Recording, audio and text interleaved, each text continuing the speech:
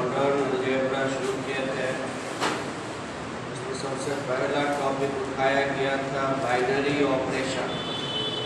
Binary operation समझने में कोई दिक्कत नहीं सर, एक बार फिर से सुन लें।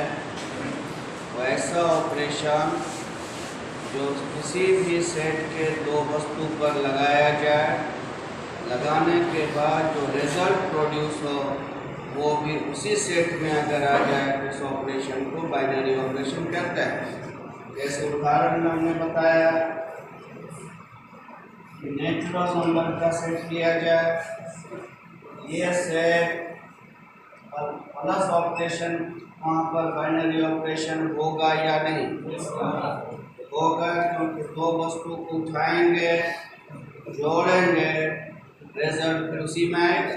दो नेचुरल का जोड़ नेचुरल ही होगा, तो प्लस बाइनरी ऑपरेशन होगा। इनटू भी होगा, दो नेचुरल का गुना नेचुरल होगा, तो इनटू भी बाइनरी ऑपरेशन होगा इस सेट के लिए।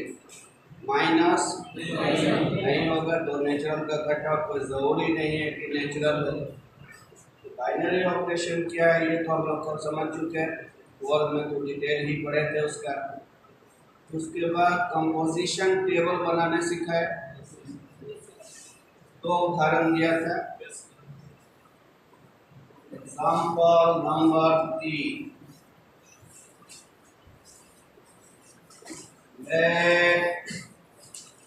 ए बराबर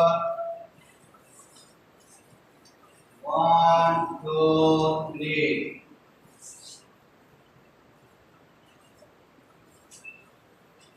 and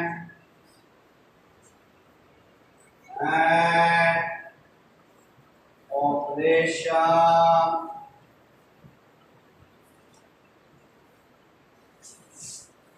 asterisk is defined on A such that A asterisk B बराबर LCM of A and B. Then construct the operation table.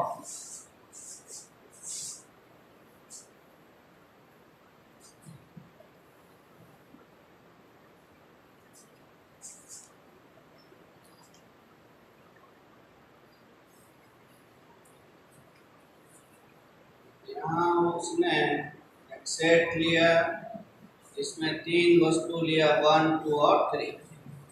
एक ऑपरेशन उसने अपने मन से डिफाइन किया एस्टेरिस्क। एस्टेरिस्क को किसी भी तरह से डिफाइन कर सकता है। उसने डिफाइन किया कि ए एस्टेरिस्क बी के मतलब आपको समझना है LCM of A and B. वो कुछ भी दे सकता, उसने दिया LCM of A and B, समझिए इसके मतलब। तब टेबल बनाना है, टेबल बनाने पर सिखाया गया है।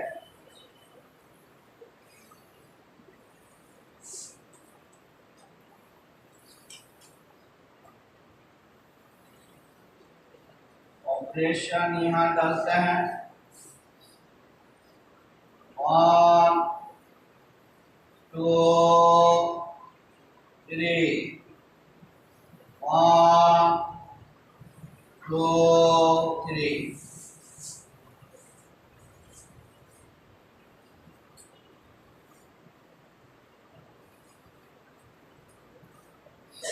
अब देखो 1 ऑपरेशन 1 यानी एलसीएम ऑफ 1 and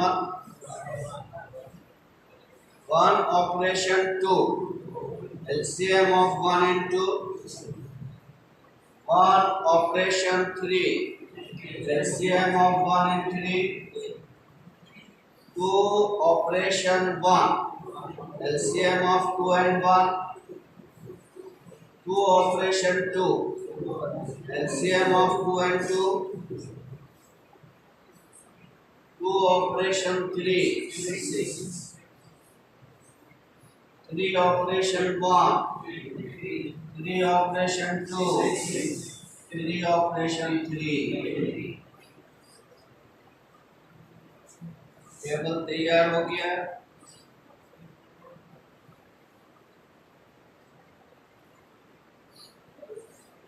अब आपसे पूछा जाए ये जो ऑपरेशन उसने दिया था स्टेरिस, इस सेट के वास्ते वो बाइनरी ऑपरेशन है या नहीं? नहीं है। क्यों?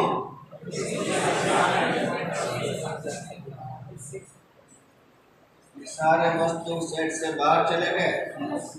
बाइनरी ऑपरेशन का कहना क्या है? सेट के दो वस्तु को उठा के ऑपरेट कीजिए, रिजल्ट उसी में आना चाहिए। इसका मतलब ये बाइनरी ऑपरेशन नहीं है। क्लियर?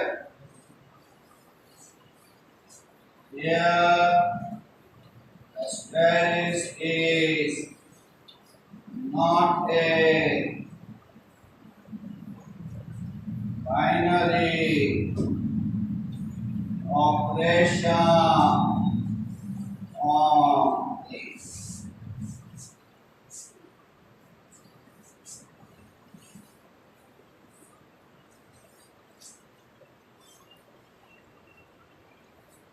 अगर आपसे पूछा जाता ये कम्यूटेटिविटी होल्ड कर रहा है या नहीं, तो कम्यूटेटिविटी टेबल से देखने का तरीका क्या बताए? डायगोनल पहले खींचते हैं। अगर ये टेबल डायगोनल के सिमेट्रिक हो जाए तो कम्यूट कर जाए।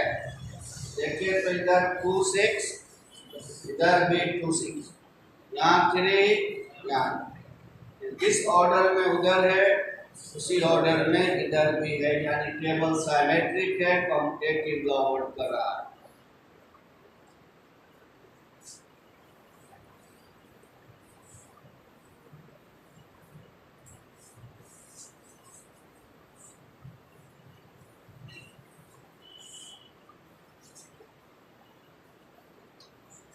इतना चीज कल से बता रहे, सब 12 में भी पढ़े हुए हैं, लेकिन सबकी जरूरत है अलजेब्रा में।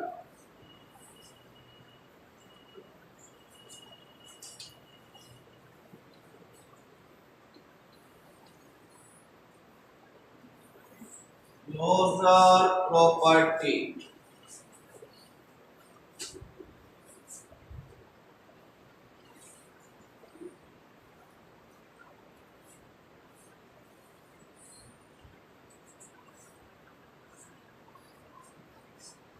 suppose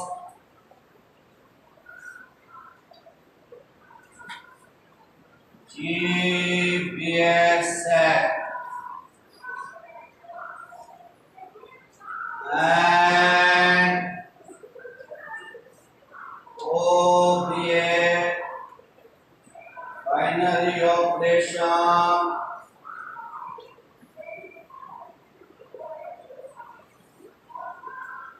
on G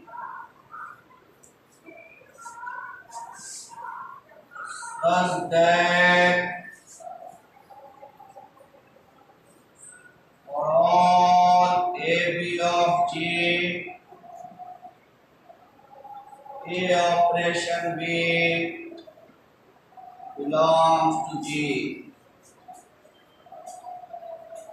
then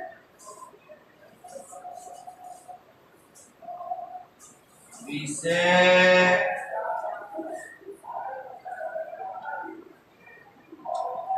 closure property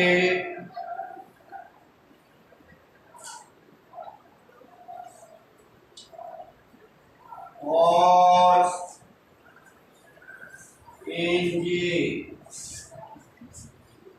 or G is closed under this operation.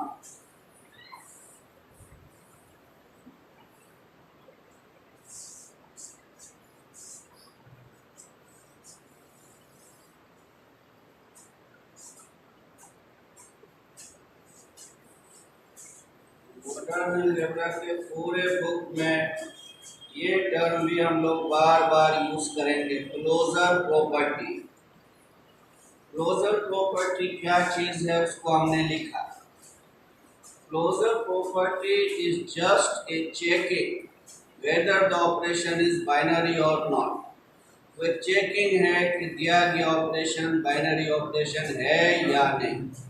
Binary operation का क्या कहना था?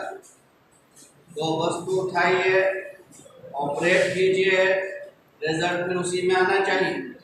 क्लोजर भी देखिए वही कहता है, for all A B of G, कोई दो वस्तु जी से ले लीजिए, ए ऑपरेशन बी भी अगर जी में हो जाए तब हम कहेंगे क्लोजर प्रॉपर्टी होल्ड कर रहा है। या दूसरी भाषा, G is closed under this operation. क्या बोलेंगे? दो भाषा यूज किया जाता है। क्लोजर प्रॉपर्टी होल्ड कर रहा है कहेंगे, या कहेंगे कि जी क्लोज्ड है उस ऑपरेशन के तहत। क्लियर हुआ? एग्जाम्पल से समझिए।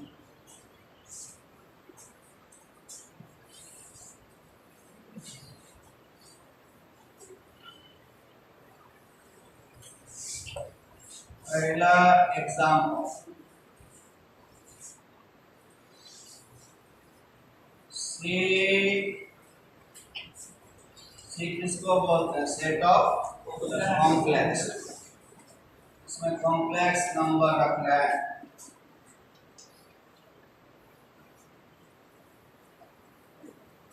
अब आपसे हम पूछे ये सेट प्लस ऑपरेशन के साथ क्लोजर प्रॉपर्टी होल्ड कर रहा है या नहीं। तुरंत आप सोचेंगे कि कोई दो वस्तु हम इससे उठाएं, उसको जोड़ें, रिजल्ट फिर उसी में आता है या नहीं। 11 से हमें याद है दो कॉम्प्लेक्स का जोड़ कॉम्प्लेक्स होता है। और all Z1 Z2 of C we have Z1 plus Z2 in C.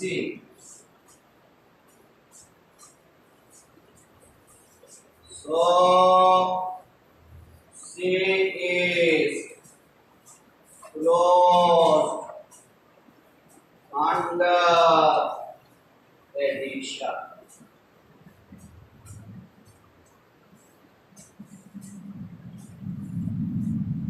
C is closed under addition कहें, या दूसरी भाषा क्लोजर प्रॉपर्टी होल्ड्स इन C अंडर एडिशन। दोनों बात कह सकते हैं।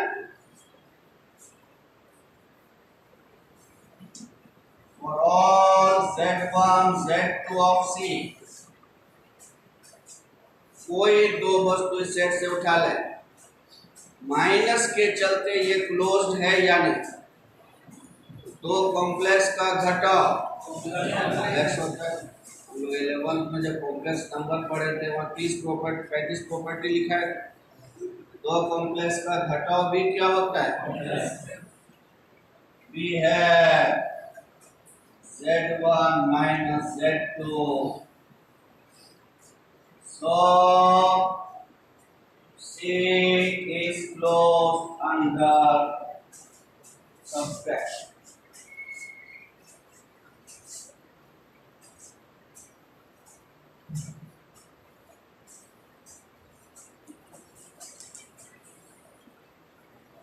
For all Z1 Z2 of C, we have Z1 Guna Z2 in C। दो कॉम्प्लेक्स का गुना भी क्या होता है? कॉम्प्लेक्स होता है। So C is closed under operation into।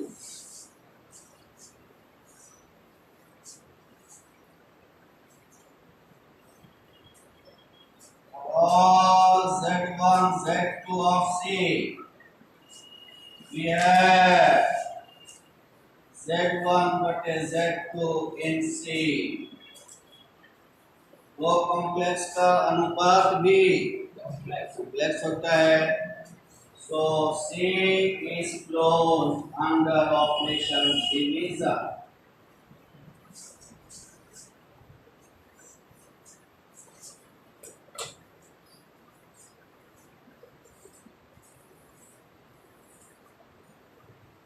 Closure property याद हुआ?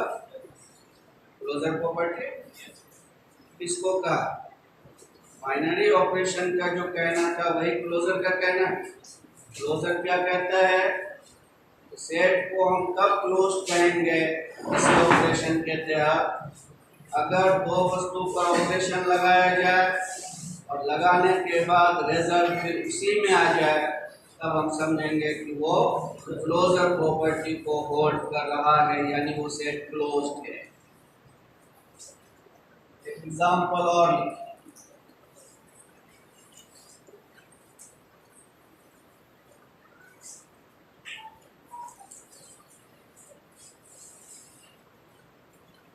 हमने एक सेट लिया जिसमें वेक्टर्स को जमा किया, यानी एक सेट ऑफ वेक्टर्स है। वेक्टर्स को पढ़े होंगे 12 में।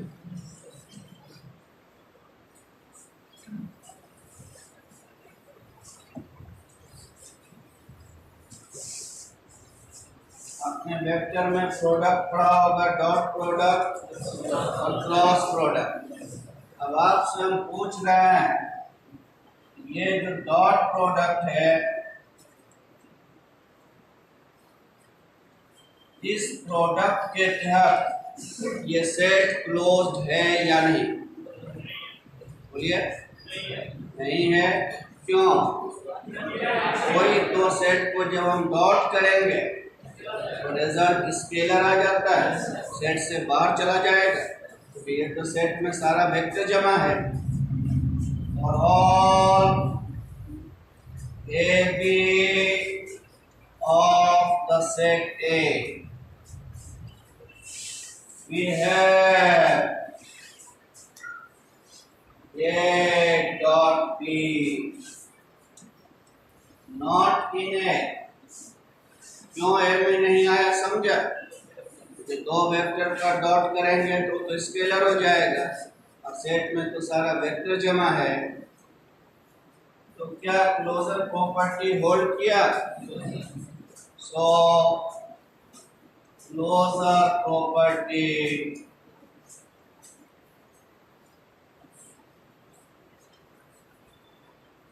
does not hold under dot product।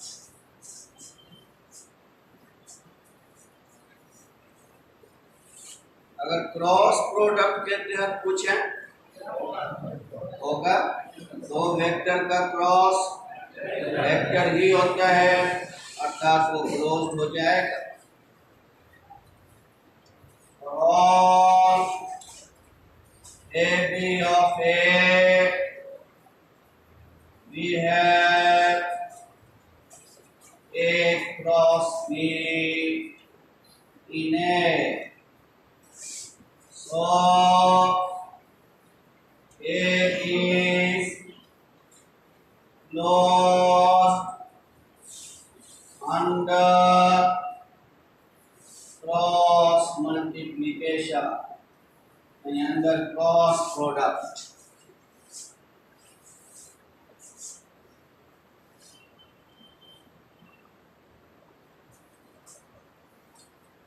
हम समझते हैं क्लोजर प्रॉपर्टी समझ गए होंगे। कब हम समझेंगे कि क्लोजर होल्ड कर रहा है या नहीं? उसके लिए क्या बताया हमने? सेट के दो वस्तु को उठाइए, ऑपरेशन लगाने के बाद रिजल्ट अगर उसी में आ जाए तो क्लोज हो जाएगा। अब यदि आपसे हम पूछें ये इंटीजर का सेट है, आपसे पूछा जाए कि प्लस ऑपरेशन के तहत ये क्लोज्ड है या नहीं है, क्योंकि दो इंटीजर को जोड़ेंगे इंटीजर ही मिलेगा, यानी क्लोजर प्रॉपर्टी होल्ड कर रहा है प्लस के चलते, माइनस के चलते दो इंटीजर को घटाएंगे इंटीजर ही होगा, इसी सेट में आ जाएंगे, यानी क्लोजर होल्ड कर रहा है। इनटू के चलते दो इंटीजर का गुना इंटीजर ही होगा, यानी क्लोजर होल्ड करेगा इनटू के चलते। क्लोजर का मामला क्लियर हो गया।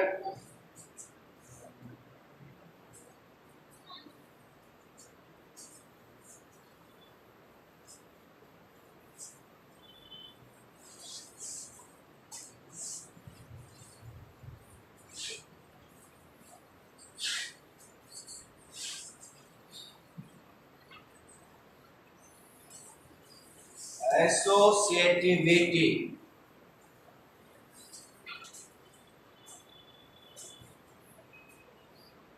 ये टर्म भी आपको बार बार यूज होगा। और all A B of G, कोई एक सेट लिया जी, सॉरी, और ए b c of G, a operation b operation c, a operation b operation C.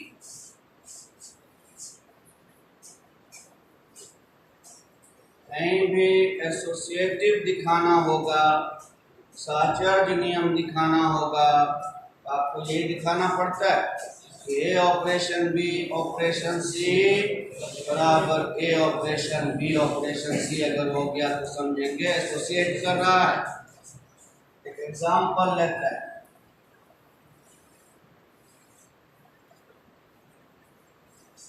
let us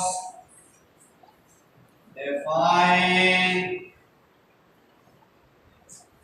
an operation asterisk on Q plus such that A operation B बराबर AB by 4 for all AB of Q plus।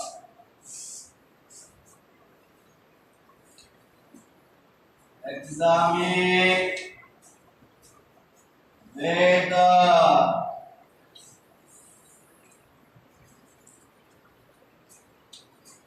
associativity holds or not।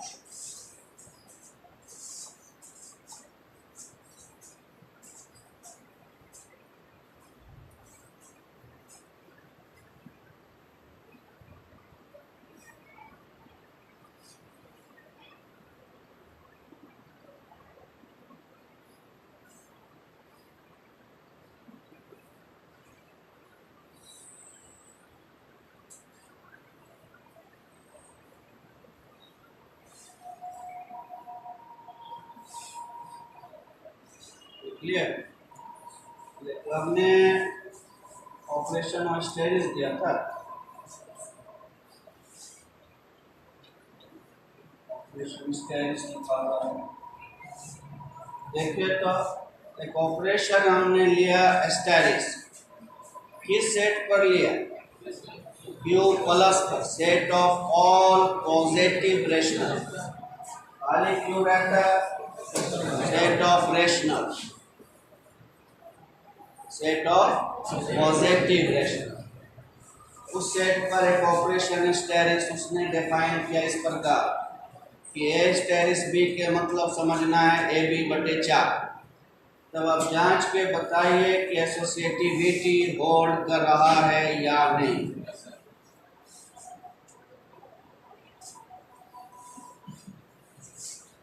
Associativity के लिए और ए B ABC of Q plus A asterisk B asterisk C निकालिए।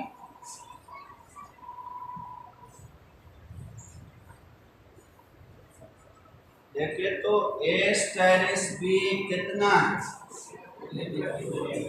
AB by 4 स्टेरिस C, समझे? A asterisk B मतलब AB by 4 स्टेरिस C। फिर देखिए ये A हुआ, ये B, A स्टेरिस B बराबर A B by 4, A asterisk B AB by 4 ABC by 16। अब निकालना है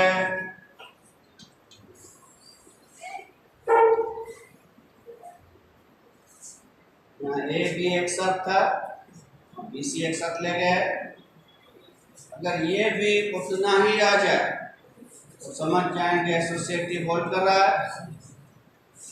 ए ऑपरेशन बी ऑपरेशन सी बराबर BC by 4। फिर देखिए A ऑपरेशन B बराबर AB by 4, दोनों सेम आ गया। Clearly A operation B operation C बराबर हो गया 10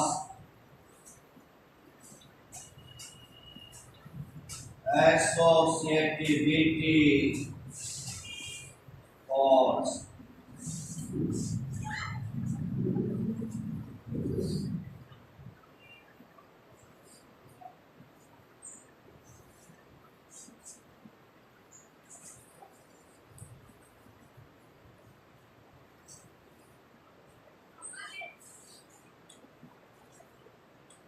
कहीं भी एसोसिएटिव अब चेक करने देंगे, कर लेंगे। एसोसिएटिव लॉ क्या है तो समझ रहा है।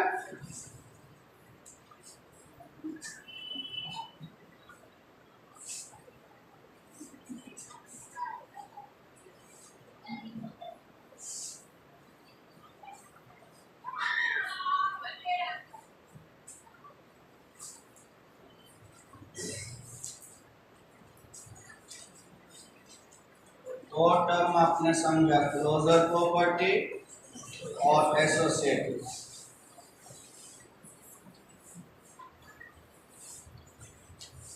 Existence of identity element.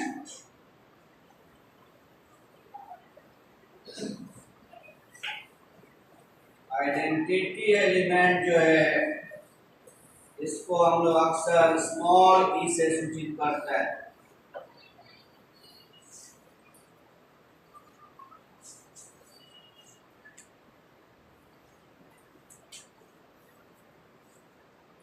Identity कहते किसको, इसको ध्यान से सुनिए। वो एलिमेंट जिससे सेट के किसी वस्तु को ऑपरेट करें उस पर कोई असर नहीं डाले तब वो आइडेंटिटी कहलाएगा। फिर से सुनिए, आइडेंटिटी एलिमेंट वो एलिमेंट है जो सेट के किसी वस्तु से ऑपरेट किया जाए उस पर कोई असर नहीं डाले। जैसे प्लस के हालत में 0 आइडेंटिटी एलिमेंट, क्योंकि 0 को किसी के साथ जोड़ दी उस पर कोई असर डालेगा नहीं। गुना के हालत में 1 आइडेंटिटी एलिमेंट, क्योंकि 1 से किसी को गुना कीजिए उस पर कोई असर नहीं डालेगा। आइडेंटिटी एलिमेंट किसको कहा? वो एलिमेंट जो किसी वस्तु से ऑपरेट किया जाए और उस पर असर नहीं डाले। और all A of G there exists E in G। there exists का चिन्ह याद है ना? such that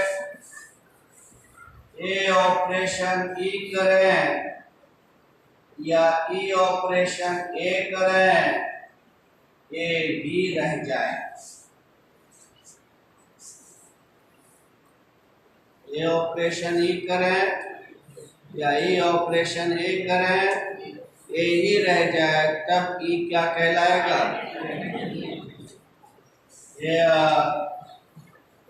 इज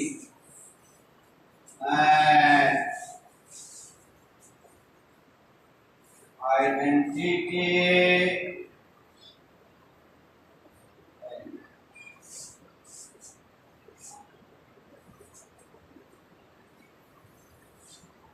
कहीं पर आइडेंटिटी एलिमेंट बोलेंगे तो समझ जाइएगा।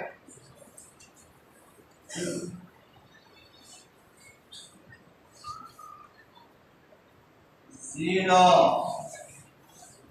आइडेंटिटी एलिमेंट है गुना के हालत में।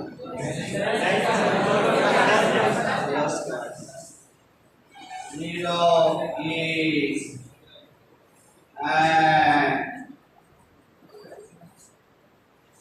additive identity। कहीं भी प्लस का मामला हो तुरंत दिमाग में आ जाएगा कि जीरो ही आइडेंटिटी होगा। गुना के हालत में one is a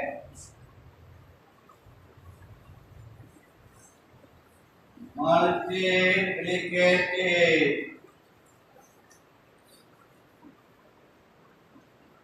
identity।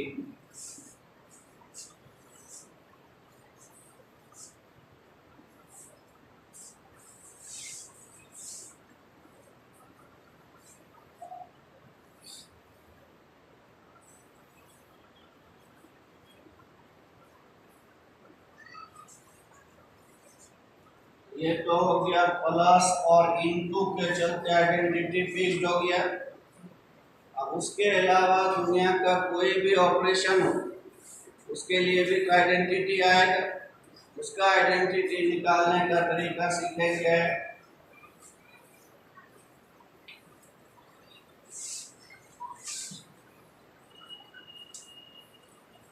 Suppose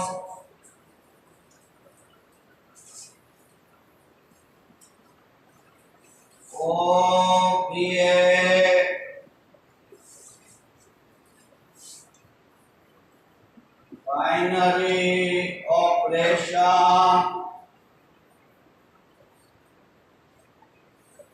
on Q plus such that A operation B AB by 3 for all AB of Q plus. Then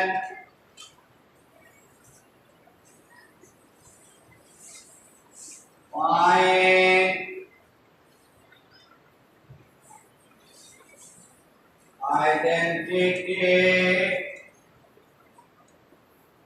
element in Q plus।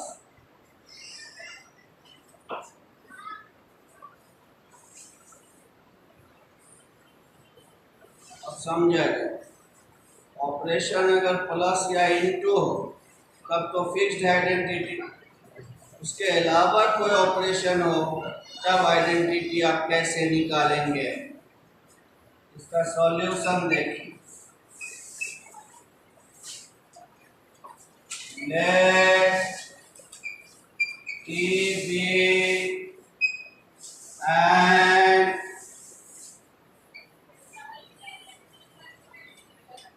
identity element in Q plus। मान लिया कि E क्या है, identity element है कहाँ, Q plus. Then for all A of Q plus we have A operation E बराबर A। समझा?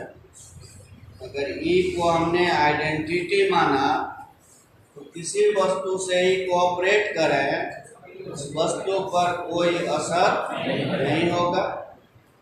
ए operation B बराबर क्या दिया हुआ है, तो ए ऑपरेशन बी बराबर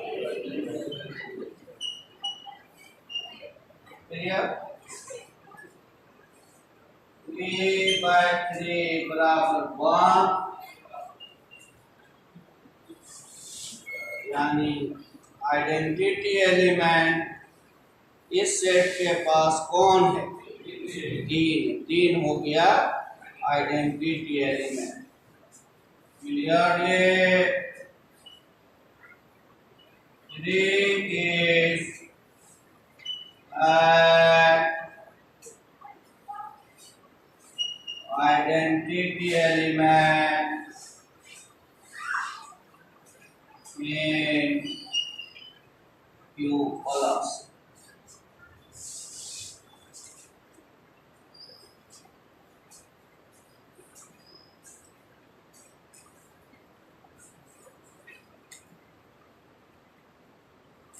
आप चेक भी कर सकता है कि 3 आइडेंटिटी है या नहीं।